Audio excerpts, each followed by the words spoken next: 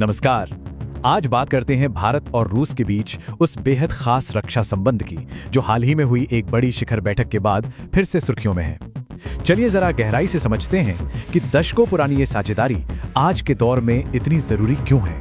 तो इसे हम कैसे समझेंगे? देखिए, शुरुआत करेंगे अभी हुए शिखर सम्मेलन से, फिर गोता लगाएंगे दशकों पुराने संबंधों के इतिहास में, नजर डालेंगे उन शक्तिशाली हथियारों पर जो भारत की ताकत हैं, फिर समझेंगे कि दुनिया के मंच पर यह संतुलन कैसे साधा जा रहा है, और आखिर में देखेंगे कि इस साझेदारी का भविष्य क्या हो सकता है।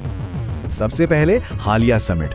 देखिए, ये कोई आम बैठक नहीं थी, ये 23वीं भारत रूस द्विपक्षीय शिखर बैठक थी। इसका मतलब साफ है, ये कोई रूटीन मुलाकात नहीं है, बल्कि एक पहले से मजबूत रिश्ते को और भी पक्का करने की एक कोशिश है। तो सवाल ये है कि इस हाई प्रोफाइल मीटिंग में आखिर चर्चा किन चीजों पर हुई? तो टेबल पे क्या था? बात हो रही थी नेक्स्ट जनरेशन टेक्नोलॉजी की। सोचिए, S-500 जैसा एडवांस्ड मिसाइल डिफेंस सिस्टम और Su-57 जैसा अत्याधुनिक स्टील्थ फाइटर। ये सिर्फ हथियार नहीं है, ये वो रणनीतिक ताकतें हैं जो इस रक्षा बंधन को और भी गहरा बनाती हैं। लेकिन भविष्य की इन योजनाओं को सही से समझने के लिए हमें थोड़ा सा इतिहास में पीछे जाना होगा। ये साझेदारी कोई रातों रात नहीं बनी है, इसे दशकों तक गढ़ा गया है। ये कहानी 7 दशकों से भी ज्यादा पुरानी है। इसकी शुरुआत 1950 के दशक में कुछ विमानों की खरीद से हुई थी और आज ये ब्रह्मोस मिसाइल जैसी दुनिया की सबसे एडवांस मिसाइलों के साथ मिलकर बनाने तक पहुंच गई है। मतलब ये एक ऐसा रिश्ता है जिसने सच में भारत की सैन्य शक्ति को एक आकार दिया है।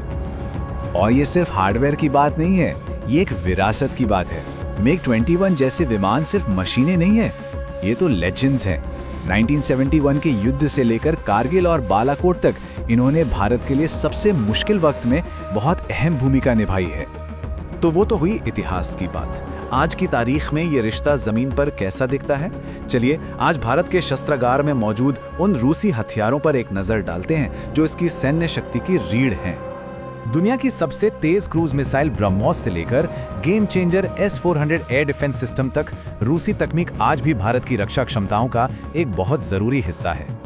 और ये सब सिर्फ कागजों पर नहीं है।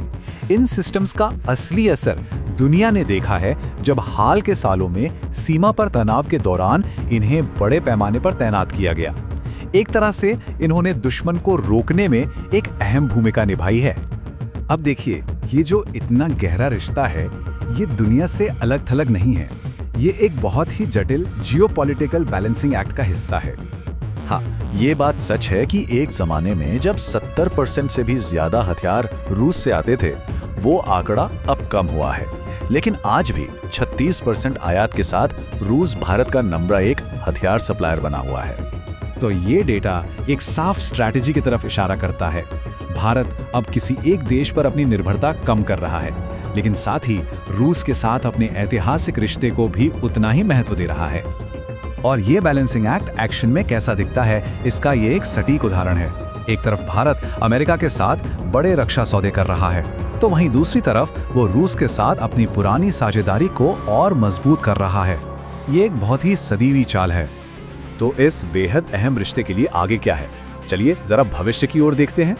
भविष्य का फोकस है अगली पीढ़ी की मिलिट्री टेक्नोलॉजी हासिल करने पर और नए समुद्री रास्तों के जरिए आर्थिक संबंधों को और ज्यादा मजबूत करने पर। ये S-500 एयर डिफेंस टेक्नोलॉजी में एक बहुत बड़ी छलांग है। ये हर तरह के हवाई खतरों को रोकने में सक्षम है। और ठीक उसी तरह Su-57 ये भारतीय वायुसेना के लिए जबरदस्त स्टेल्थ और लड़ाई की एडवांस क्षमताएं लेकर आएगा। तो अंत में सब कुछ आकर इसी एक सवाल पर टिक जाता है। एक ऐसी दुनिया में जो लगातार बदल रही है, क्या ये समय की कसौटी पर खरा उतरा रिश्ता कल की चुनौतियों का सामना करने के लिए खुद को ढाल पाएगा? ये एक बड़ा सवाल है और इसका जवाब तो सिर्फ आने वाला वक्त ही देगा।